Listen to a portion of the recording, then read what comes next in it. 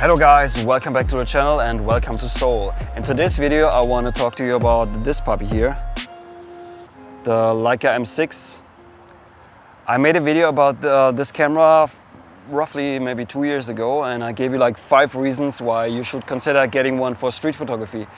And I still think it's one of the best options if you want to shoot film and you want to do street photography.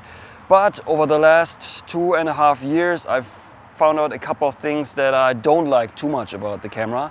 And there's one thing in particular that I thought that might be a problem, but as it turned out, it's not. But more on that later. So let's get started with number 1. Also, check out my Zine 28 that I shot in Cairo. The link will be in the description box down below.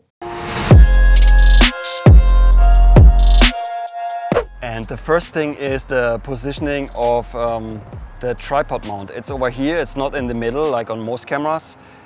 For most people it might not be a problem. For me in the beginning it wasn't at all, but after a while, after I shot many episodes with my action camera on top here, I thought maybe it's a good idea to mount it down here, but it's a little weird if the action camera is to the side. And also if I want to use flash, I have no choice, I have to put it here. And I would rather see the tripod mount down here, but it's not a big problem, but I wish it would be different. And the second thing is the shutter speed dial. You can see it here.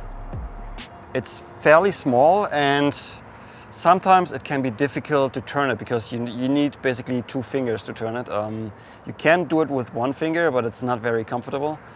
They changed it on the Leica M6 TTL. It has a bigger one, but not on this one. So I wish it had a bigger one, especially in winter. If you wear gloves, then it's getting really hard to turn it.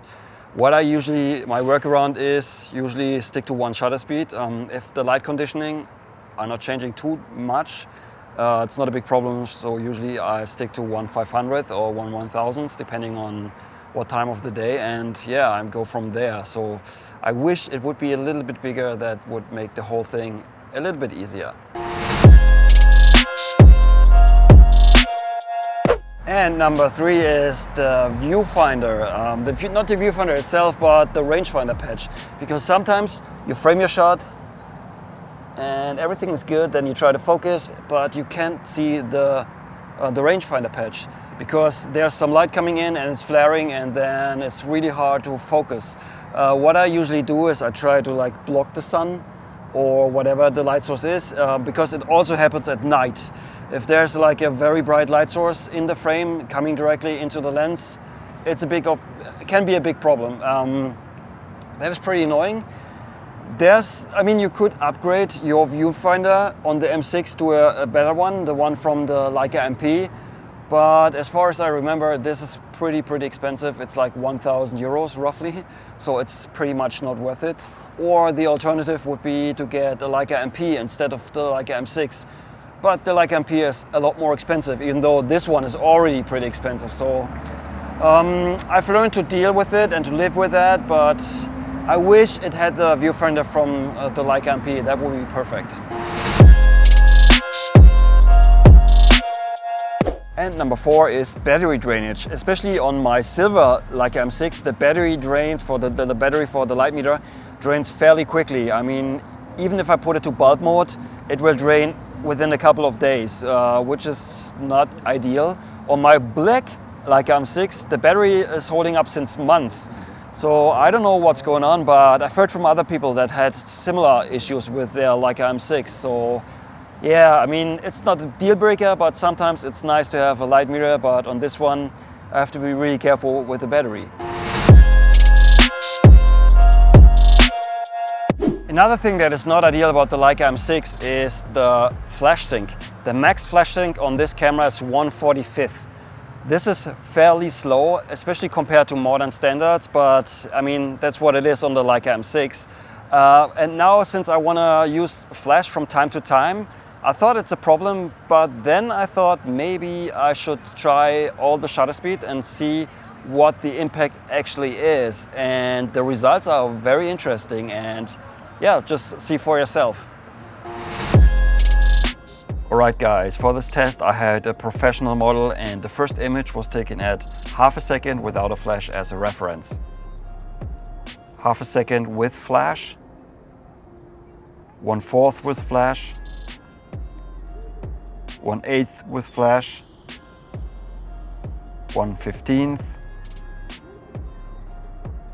1/30. The flash didn't recycle, just ignore that, it's messed up. 1/45, and yeah, looks pretty alright. 1/60, and it looks pretty much alright. I mean, you cannot really see that I'm over the max shutter speed already. And also at 1/25, it looks pretty much very usable. Yeah, I'm happy about that. 1/50 is still very much usable if you put your subject on the right side of the frame, and yeah, I mean, almost 2/3 of the frame are well exposed. So 1/500th of a second is pretty much unusable, and the same is true also for 1/1000th. I just put it in so you can see the result.